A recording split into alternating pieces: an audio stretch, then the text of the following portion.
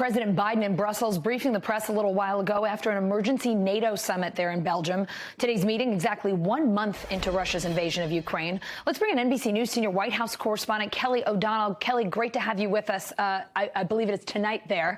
President Biden saying NATO is more united than ever after today's talks. What else stood out most to you from his press conference?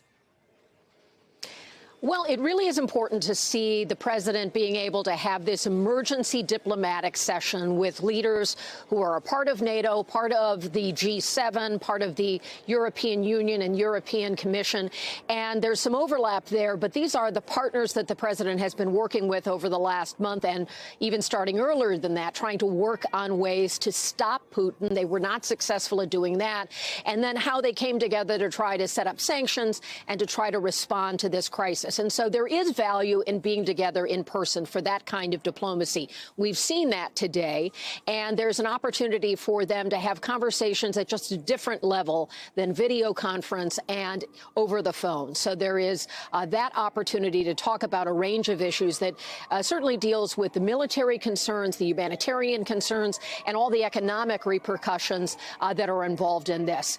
This is affecting the leadership of every one of the member nations, and it is certainly a huge challenge that will define many of their presidencies or prime ministerships going forward. So they all have a lot at stake here. One of the things we heard from President Biden was that that sense of commitment that they feel to each other is key, and it is a useful tool in trying to respond to Russia. He talked about that this afternoon at a press conference for the journalists covering the American president, our colleagues and some international journalists who are focused on President Biden. Here's what he had to say.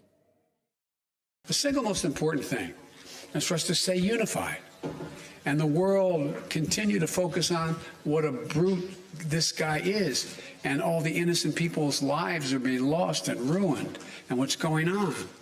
That's the important thing. But look, if you're Putin and you think that Europe is going to crack in a month or 6 weeks or 2 months, why not?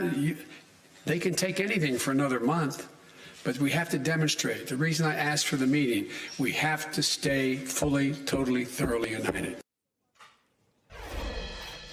So in essence, the president is arguing that unity and having similar responses in terms of sanctions, country by country, is a way to show Putin that he should not show any aggression beyond the borders of Ukraine. And, of course, NATO has a defense pact that they would all come to the aid of each other. And that's one of the questions, too. Where would NATO be involved in this militarily? None of the leaders are talking about getting involved directly. There's been a lot of indirect warfare here in terms of supplying military equipment and so forth. And the U.S. is doing more and is prepared to do more. One of the things we're learning from these sessions today is what the U.S. is prepared to do in the next wave of assistance. Part of that includes what the president announced, $1 billion for humanitarian relief for Ukraine refugees and the people who will need that support. Talked about welcoming into the United States 100,000 Ukrainian citizens who are looking for a place to settle, being expelled from their homes because of the violence and the warfare happening in Ukraine. Many, of course, want to be back in Ukraine, want to come home, but until that can be done, the United States will lift some of the red tape that has meant for really refugees from anywhere in the world, they've been unable to come to the United States, so trying to clear some of that red tape. And he also talked about the fact that the U.S. will have a broader economic support for Europe going forward, food security and things like that, because Ukraine has been a big supplier of wheat to the world, and it has obviously been devastated, all of its contributions by warfare. So there are a number of things that are concrete and tangible. They don't stop fighting, but they respond to what's happening with Russia and with this now month-old conflict. And some of the big questions that remain out there, Allison, include how would these allied partners respond if there's chemical or biological warfare? The president said that they would respond if and when it happens, but they don't want to telegraph publicly what they would do at this point. That's a big question that remains unanswered tonight. Well, Kelly, and one that's been raised in particular because Ukrainian President Zelenskyy is accusing Russia of using phosphorus bombs. He said that in a virtual address to NATO this morning. The Pentagon saying it can't confirm that claim. The Kremlin hasn't commented. What else did Zelenskyy tell NATO? What else do we know here? Well, Volodymyr Zelenskyy has been very forthright with NATO, saying that that is an organization established to create an order of peace, which has endured for decades in Europe, and that they need to stand for peace and do more.